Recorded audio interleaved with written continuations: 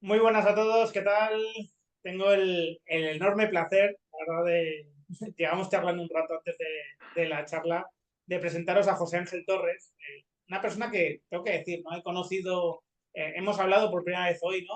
Por teléfono y bueno, la verdad es que lo he descubierto en Twitter por un hilo magnífico que para mí ha dejado sobre el tema de la financiación del Camp Nou con no muchos tweets, pero sí bastante claros, ¿no? Y que me demostraban a mí, porque de alguna manera es una persona con experiencia en este tipo de préstamos. Así que lo primero, saludarte, José Antonio y José Ángel, perdón, y agradecerte tu presencia aquí.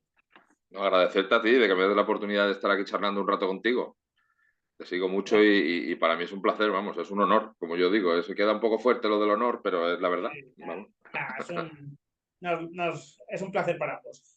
¿Tienes experiencia en este tipo de préstamos? No en concreto el del Barça, porque no lo has estudiado tú, pero sí que en tu trabajo has estudiado este tipo de préstamos, ¿no? Al promotor, ¿no? Al promotor de una, bueno, pues de una obra como la que va a hacer el Barcelona y creo que nos vas a poder aportar, ¿no? Algunos datos o algunas normas generales, ¿no? O lugares comunes que suelen ocurrir en este tipo de préstamos. Sí, yo he sido analista de riesgos durante toda mi experiencia en una entidad pues a nivel nacional, donde, pues bueno, sí, he tenido al principio, cuando entras en la entidad, siempre he estado analizando operaciones, digamos, chiquititas a nivel particular, y luego a medida que vas cogiendo experiencia, pues te van, digamos, dando más responsabilidad y sí, he estado, al final estuve una temporada grande pues analizando préstamos al promotor y préstamos de grandes entidades y Claro. analizando balances y situaciones de grandes empresas. Claro, por eso yo creo que eres una persona, como decía, ¿no? Que nos puedes arrojar algo de luz, ¿no? En este tema.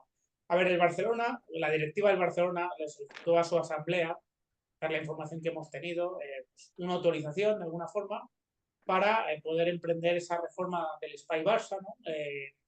Creo que solicitaba la Junta a la Asamblea 1.500 millones de euros, a un tipo de interés que creo que sí que está dentro de los márgenes de que se va a firmar, y era, digamos, que para todo el Spy Barça, ¿no? Que incluía, entre otras cosas, el Palau Blaugrana, que estaba estipulado aproximadamente en 425 millones de euros, la inversión que se precisaba.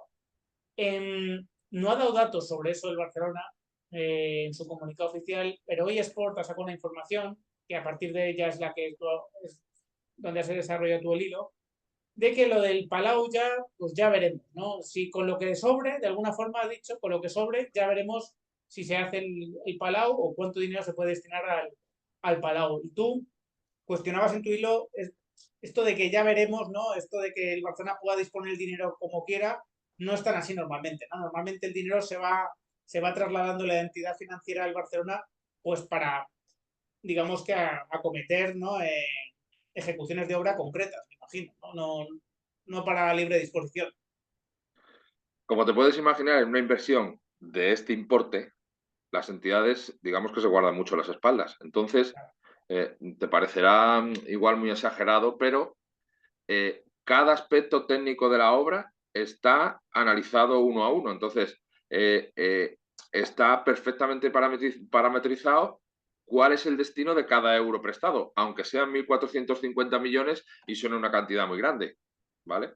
Entonces, un préstamo al promotor como yo digo siempre, es muy fácil. Es decir, tú te mandan un proyecto, ves si se adecua realmente el proyecto a la cantidad que solicitan, estudias el proyecto técnico, luego eh, estudias el riesgo, digamos, que tienes y lo concedes o no lo concedes. Luego, el préstamo al promotor es muy fácil, se da una cantidad al principio para iniciar la obra y luego con certificaciones como yo se llamaban antiguamente, que quizás ahora se llaman de otra manera, certificaciones de obra, pues se va, digamos, oye, pues ha acabado el 10%, pues vamos a darle para que llegue al 20%, le das una cantidad. Y ahí vas controlando perfectamente en cada momento del préstamo dónde está la obra y cómo se está realizando. Y vas controlando cada euro de esos 1.500 millones. Es en realidad, el mecanismo es sencillo, es sencillo. Luego es más complicado de controlar porque, bueno, pues porque ocurren muchas cosas, como te comentaba antes, este apartado que, por ejemplo, en esos 1.500 millones, que ahora comentaremos que hay un apartado, entre comillas, grande para contingencias, pues es para este tipo de cosas, imprevistos que surgen dentro de la obra y que como tú en esos millones que concediste inicialmente los tienes muy controlados, pues no puedes atacar los imprevistos. Y ahí está esa partida por si acaso ocurren este tipo de cosas. Claro, claro, los famosos sobrecostes, Exactamente. retrasos en el envío de materias primas, ¿no? Me comentabas tú que, claro, una semana de retraso puede parecer a nosotros muy normal o poca cosa cuando tú mueves, ¿no? Tanta masa salarial, ¿no? En forma de, bueno, de operarios. Cuando digamos que tienes tantos costes estructurales, pues las semanas de retraso, lógicamente, tienen un coste también que tienes que poder acometer, ¿no? Tienes que So- poder so- acometer esos pagos. Entonces, no hay obras sin lógicamente sin retrasos, no hay obras sin imprevistos, no hay obras sin sobrecostes. En este caso, digamos que el banco o los bancos, ¿no? Ahora hablaremos de cuántos financiadores hay, tienen prevista una partida que efectivamente es para contingencias. Pero claro, esas contingencias más el coste de la propia reforma del Camp Nou prácticamente se comen, por la información que vimos en Sport, los 1.450 millones de euros. Entonces, parece, insisto, ¿no? Nosotros nos estamos guiando por la información que ha salido de Sport, que para el Palau que estaba previsto y que estaba aprobado por la Asamblea, de momento en esta primera partida, en este primer préstamo, no habría ese dinero, ¿no? Para poder reformar el Palau. Sí, mira, una puntualización, por ejemplo, que antes te he hablado yo del retardo, por ejemplo, en una semana de obra o tal. Mm, Acabo de ver hace un rato que hay un coste por la movilidad del Barça de mover, digamos, el estadio, digamos, de que el Barça juegue en el Nou Camp a que juegue ahora en Montjuïc, ¿no? Pues, sí, por ejemplo, ese coste de movilidad está valorado, el ayuntamiento va a poner una cantidad y el Barcelona va a poner otra cantidad. Pues no sé si irá a esas contingencias este importe, que son de 3 millones y algo, ¿no? Pero sí que no es un importe directamente relacionado con la obra, por ejemplo, que es una contingencia, sí, y ahí sí podría usarse esos 3 millones y medio para ayudar a Barcelona a los costes que le va a suponer la obra y no están directamente relacionados con la obra. ¿Me sí, explico? claro, Entonces, la estructura más o menos que yo he leído, o que hemos leído todos, era 1.150 millones lo que era para el estadio, lo que es el estadio y el campus, que creo que también está incluido ahí en esos mil ciento eso es. cincuenta millones. Luego había 300 millones aparte, que era una parte, como es lógico, para pagar los intereses mientras se está haciendo la obra, porque ahí no puedes tú, digamos, recaudar o ingresar dinero para poder pagar los intereses de carencia, del periodo de carencia, y ya te los Claro. ponen directamente en el préstamo, que hay aproximadamente calculado que serán unos 120, 130 millones, Claro, y es que esto es luego importante. Hay carencia a la hora de devolver el principal, igual que ha tenido el claro, Real Madrid también con el igual, Bernabéu, pero no hay igual. carencia, los intereses se van devengando lógicamente desde el principio y el Barça se financia para poder pagar los intereses. Eso es, eso es, eso es. Y luego quedarían unos 170 millones, que es para estas contingencias, y que luego pensándolo un poco, digamos, queriéndole dar veracidad, esto ya es de mi cosecha, queriéndole dar un poco de veracidad al comunicado que hizo el Barça, donde decía un poco ambiguamente, no acababa de decir si sí o si no era el Palau, pues pienso que una parte grande van a ir a estas contingencias que yo, por la experiencia que tengo, suele agotarse completamente. Esta es mi Claro, experiencia. En el 99% de los casos suele agotarse porque no conozco, entre comillas, muchos ejemplos de obra pública, ni de obra civil, ni en este tipo de promotores donde no haya imprevistos. Eso es prácticamente imposible. Y lo que sí pienso yo, digamos, dándole un poco de veracidad, es que quizás si, por ejemplo, sobraran es que a mí me suena un poco ridículo, pero bueno, por darle algo de veracidad, ¿no? Si sobraran, por ejemplo, 50 millones de euros, pues decirle a los financiadores, oye, mira, estos 50 millones de euros, bueno, pues no son los 420 millones del Palau, pero acometer algún tipo de remodelación, de acondicionamiento, no el proyecto, no como el proyecto inicial como tal de los 420 millones, pero sí, oye, igual, pues no sé, te voy a poner que no tengo datos ni conocimiento, ¿no? Pero oye, decir oye, que tenemos una parte del Palau que hay que recondicionar porque si no corre peligro los aficionados, o algún tema de este estilo. Si no, claro, van a tener que pedir otra financiación independiente. claro, claro, claro, es que lo has explicado muy bien.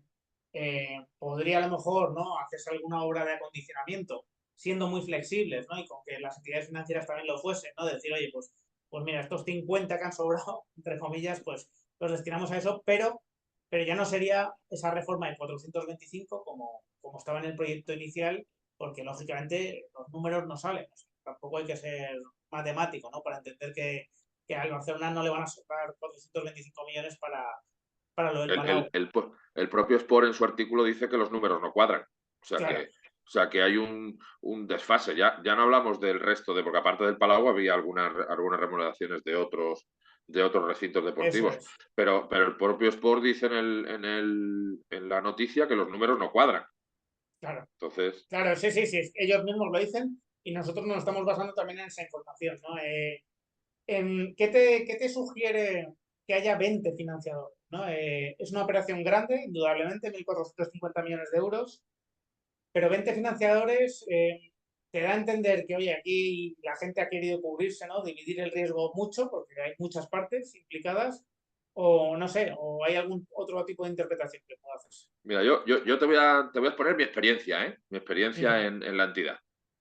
Nosotros cuando cometíamos una inversión de este tamaño, pues siempre nos reuníamos y, bueno, primero veías si la inversión realmente, si podías tener el retorno, o sea, si la entidad donde tú le dabas el préstamo, el crédito, el promotor, podía pagar, si las garantías eran bastantes, si eran suficientes las garantías que te ofrecían. Y luego había una cosa que es verdad que al principio, que es lo que más me chocaba a mí al principio, ¿no? De cuando empecé en todo esto, y es que vamos a poner el Real Madrid, ¿no?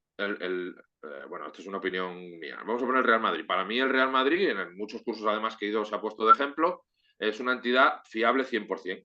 Sí, Tiene unos balances estupendos, tiene unas garantías estupendas, no ha dejado de pagar nunca. Entonces yo, cuando era jovencito, decía, oye, pues si nos piden 1.000 millones de euros, pues los 1.000 millones les damos. Y claro, entonces mi jefe me decía, no le podemos dar 1.000 millones, José Ángel, y me decía, ¿por qué? Y decía, pues porque entonces estamos totalmente expuestos a la entidad. Y aunque tú no te lo creas, cualquier empresa, cualquiera, puede impagar.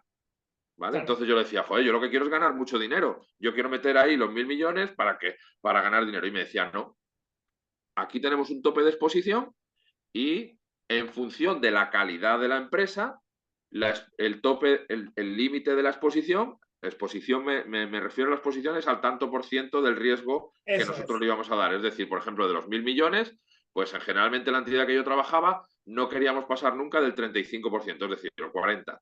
Pues no le podíamos dar más, si estábamos en 1.000 millones, no pues le podíamos dar más de 350 millones. claro, ¿Qué hacíamos? Pues si nosotros llevábamos la iniciativa del préstamo al promotor, salíamos al mercado y buscábamos pues dos partners, ¿no? Como nosotros sí, llamábamos, ¿no? Que estuvieran dispuestos a asumir esa exposición. ¿Qué pasa? Cuanto más riesgo tenga, o sea, cuanto más peligro tenga la entidad que te pide el préstamo en cuanto al impago, claro, pues menos exposición está dispuesto a asumir o claro. menos Menos riesgo está porcentaje, dispuesto a asumir el que claro, da el préstamo. Entonces, si yo, por ejemplo, con el Barcelona, vamos a poner un ejemplo, que no es el caso, con el Barcelona creo que tengo un riesgo alto, la exposición que yo estoy dispuesto a asumir o el riesgo que yo estoy es del 10%, por ejemplo, ¿no? sí, En este caso, por ejemplo, del Barcelona concreto que tú me hablas, el 5%. claro, Entonces, ¿qué tengo que hacer? Ir al mercado a buscar otras entidades que junto conmigo todas asuman el 5% hasta que sumen el 100%. Entonces, cuantas más entidades haya, más señales de que riesgo detectan en la operación. ¿Me claro, explico? O sea, claro, claro, cuantas más entidades haya en la operación, es que el riesgo que están dispuestas a asumir esas entidades es menor. claro, Seguramente en el Madrid, pues habrá pocos, lo que hacíamos nosotros, tres, cuatro, dos a veces, cuando el riesgo global no era tan grande. Entonces, ¿qué es de 19 financiadores? Pues repartís un poco el riesgo entre todos, ¿no? es Siempre te que da es, menos miedo, cuando estás en tu casa, siempre te da menos miedo poner 100 euros en la comunidad con 100 vecinos que poner muchísimo más dinero, ¿no? Entonces, es, para quitarte un poco el miedo, pues repartes el riesgo. Y eso es, digamos, lo que a priori indica el que haya tanto financiador. Es lo que a claro, priori claro, indica. es de puro sentido común lo que has explicado. Al final, además, fíjate, ¿no? El Madrid se ha financiado a través de dos préstamos, uno de 575 y otro de 225 al 2,25 de media por ciento, ¿no? Y el Barcelona no lo ha publicado el tipo de interés, lo cual pues, da lugar, ¿no? A susceptibilidades, ¿no? Pero bueno, se habla más o menos de un 5,5%. Claro, a pesar de que la recompensa en cuanto a interés parece alta, desde luego, ¿no? O sea, digamos que puede ser un buen negocio, ¿no? Para los financiadores, aún así se han dividido, ¿no? Aparentemente mucho riesgo porque lógicamente, y por ir rematando de alguna manera, ¿no? Claro, los bancos estudiáis todo y, y estas entidades financieras han tenido que ver con mucho detalle también la situación que atraviesa el Barcelona a nivel económico en estos momentos, pero también el potencial que hay a futuro de mayores problemas con el caso Negreira. Es decir, están pendientes posibles sanciones de la UEFA, de la FIFA, ya veremos, ¿no? También de la España, ¿no? Por parte de la justicia española. Todo eso, que tú que estabas en riesgos, me imagino que todo eso eran tics que a ti te hacían decir, oye, el interés tiene que subir porque para que yo asuma este riesgo tengo que ganar mucho, ¿no? El riesgo siempre se compone de lo mismo. El tipo de interés siempre se compone de lo que nosotros llamábamos antes el pricing, ¿no? El precio. ¿Cuánto Sí, es el precio al final? El precio, ¿cuánto le vas a poner a la operación? Entonces, ¿cuánto era el precio? Pues el precio siempre se compone de tres variables, así un poco hablando a lo gordo, ¿no? Entre comillas. sí, Uno es cuánto me cuesta a mí financiarme, es decir, cuánto me cuesta a mí recoger el dinero para prestárselo a otro. sí, Otro donde ya influye, digamos, cubrir mis costes, o sea, mis costes de la estructura, de lo que me va a costar hacer la operación, bueno, todos los costes, y luego viene el último, ¿no? Que es el más importante, porque al final lo otro, todo es el mismo, que es el riesgo, el riesgo. claro, Entonces, en función de la empresa, de a qué sector pertenece, de cuáles son las variables, tiramos más para arriba o nos quedamos más para abajo en el precio. claro. Entonces, cuando a veces preguntan, cuando a veces dicen, ¿no? Esto también lo voy a hacer un poco de cosecha mío, ¿no? Cuando a veces preguntan, ¿es bueno el tipo de interés? Bueno, pues yo lo que siempre contesto es, ni es bueno ni es malo. Es decir, por ejemplo, que el Barcelona haya conseguido el interés al 5,5%, ni es bueno ni es malo. ¿Cuándo es bueno? Si los financiadores consideraban que para ellos estar tranquilos el tipo de interés se situaba en el 7% y alguien ha negociado y tirado de la cuerda hasta conseguir el 5,5%, aunque sea caro, Sí, aunque sea caro y nos suene caro en la cabeza, la negociación ha sido buena y el tipo de interés es bueno. Ahora también está el sentido contrario, es decir, si yo no he conseguido rebajar el interés que quiere la entidad absolutamente nada, pues el tipo de interés ahora mismo para mí es malo porque estamos en una situación donde los mercados son muy inestables, donde el tipo de interés está alto, el tipo de interés del dinero está alto, y pueden ocurrir muchas cosas, ¿vale? Entonces, bueno, el tipo de interés está alto en el 5,5 porque es una operación de riesgo con una cantidad importante, como tú has dicho, con 19 financiadores, con gente que parece a priori que no está muy segura de la inversión, ¿vale? Y luego ya, si es bueno o malo, pues es lo que hay. Es lo que hay. Si es bueno o malo, pues si alguien ha conseguido rebajar los financiadores han dicho, no, yo quiero el 7 y han conseguido el 5,5, pues bien. A claro, mí, si me pides una opinión particular, si me sí, pides una opinión particular, eh, si me pides una opinión particular, yo lo que te diría es que ya conseguir la financiación me parece un éxito. sí, Yo, sí, yo soy sí, del Madrid, ¿eh? O sea, sí, yo soy del sí. Madrid. Pero es verdad, pero es verdad. Pero Es verdad que ha habido momentos donde yo, bueno, no solo yo, o sea, yo hablaba con gente que entiende estos temas en el Real Madrid y que han vivido algo muy parecido y decían, lo van a tener muy complicado para conseguir esa financiación. claro, claro, ya para Sí, mí, sí, conseguir la financiación en estas condiciones es que se juntan muchas cosas, ¿eh? Si te paras a pensarlo, se juntan muchas cosas. Se junta la economía como la tiene el Barcelona, se junta cómo está el mercado de tipo de interés, ¿no? Con los tipos altos, se junta la inestabilidad de los mercados financieros. Mira, yo antiguamente me acuerdo cuando estudiaba economía, ¿no? Que siempre me decían, ahora viene un periodo de bonanza y tal. Y siempre, si miras las curvas de los tipos de interés, siempre eran estables, ¿no? Entre sí, comillas, quiero decirte, pasábamos un tiempo largo con el interés bajo, después empezaba a subir otra vez. Ya cuando estaba arriba volvía a bajar otra vez y estaba, digamos, otro día arriba. Y ahora es que no sabes cómo va a funcionar esto. Entonces, claro, para mí, repito, yo solo conseguir la financiación me parece un éxito, porque claro, es claro. añadir a los... No me acuerdo ahora exactamente cuánta era la deuda neta del Barça, ¿no? Pero es añadir a una deuda que ya es grande de por sí, añadir no 1.500, si fueran 1.500 todavía, añadir casi 3.000, Eso es, eso es. casi 3.000. Entonces, es que yo verás que yo ya te digo, y hay una cosa sobre todo que yo creo que es lo que es la duda que más me queda a mí, y es qué garantías han cogido esos Es que financiadores. yo eso no te lo he preguntado porque no tienes acceso a esa documentación, igual que yo tampoco, pero claro, era la siguiente pregunta, oye, ¿qué pasa si el Barcelona de repente le sacan de la Champions, en Montjuic va a tener mucho menos ingresos? ¿Qué pasa si en algún momento el Barça no puede pagar, ¿no? Evidentemente responderá con las garantías que le hayan pedido estas entidades, que además, como hay diferentes tramos de financiación, a mí me da la sensación de que ahí cada uno se lo ha negociado un poco por su cuenta, que a lo mejor en los tramos cortos el tipo de interés es diferente que en los tramos largos, vete tú a saber, ¿no? Pero pero yo también considero que es meritorio que hayan conseguido ponerse de acuerdo para financiarse y eso es compatible con decirlo que esta financiación entraña un riesgo tremendo para el Barcelona Bueno, porque claro, porque es lo que dices tú, es añadir 3.000 euros a su neta, a deuda neta y por tanto, quiero decir, puede ser el principio, digamos, del fin del Barcelona tal y como lo conocemos, ¿no? A lo mejor, oye, se convierte en socios vamos, de la firma deportiva. Ramón, y esto voy a dar una opinión, ¿eh? Esto ya es fuera del economista, Sí, ¿no? Bueno, está un poco relacionado, pero es fuera un poco.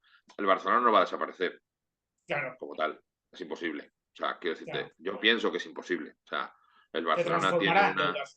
Claro, claro, tiene un patrimonio tan grande, una masa social tan grande a nivel mundial, que si estuvieran las últimas de las últimas de las últimas, pues alguien vendría a poner dinero ahí, claro, porque es muy goloso, esa entidad es muy golosa. claro, Entonces, claro, no va a desaparecer. Para mí el riesgo más grande que entraña esto, que lo hemos leído muchas veces y que ya se ha comentado muchas veces, es que en algún momento los socios pierdan el control del club, claro, claro. porque venga alguien externo y se quede con el club. Ahora, digo, y vuelvo a hacer opinión, no sé si me das la licencia para Sí, por hacerla. supuesto, Yo por digo, supuesto. hay dos vertientes, ¿no? En esto de la sociedad anónima. Siempre hablamos de la buena, y es que venga, a ver, me lo voy a inventar, Alfred Al-Mansur, dueño del fondo de inversiones de Emiratos Árabes, compre el club y haga un segundo City. Esa es una Claro. parte. Y yo, que soy de Santander, corre el riesgo de que llegue un Dimitri Peterman Y te la monto. y que todavía está el Racing penando por esos campos de España después de Claro, lo que pasó. claro, Entonces, muchos, yo cuando he hablado con aficionados del Barça, muchos están tranquilos porque saben que no van a desaparecer y porque saben que alguien vendrá con dinero a comprarlo. Y porque siempre se plantean la opción buena, que es la de que venga alguien con dinero real, como el del Newcastle a poner dinero. Pero también puede ser que venga Peter Lim, un claro, Peter Lim de la vida. claro. Entonces, ahí sí que vería yo un riesgo real de que el Barcelona bajara su nivel. Ahí sí, Claro. sí, sí. Esta es mi opinión, ¿eh? Esto es una opinión Sí, muy sí, sí, particular. sí, sí, sí, sí. Ese es el riesgo real que corre el club, bajo mi Claro. punto de vista. Sí, perder el control por parte de sus socios y jugar un poco a la ruleta, ¿no? La ruleta Eso es, de cuál eso vaya a es, ser la implicación en el proyecto del nuevo dueño. tal Pues cual. muchísimas gracias, José Ángel. La verdad es que una maravilla de charla. Encantado de verdad de Ha sido haberte un placer, conocido. ¿eh? Yo que no me desenvuelvo mucho en esto, ¿eh? Por lo Nada, menos, bueno, pues más o ya menos, verás cómo los comentarios van a ser muy buenos, estoy seguro. Por bueno. experiencia te lo digo. Pues te mando un fuerte abrazo y hasta la Muchas próxima. gracias, Ramón, encantado, ¿eh? Hasta luego. Hasta luego.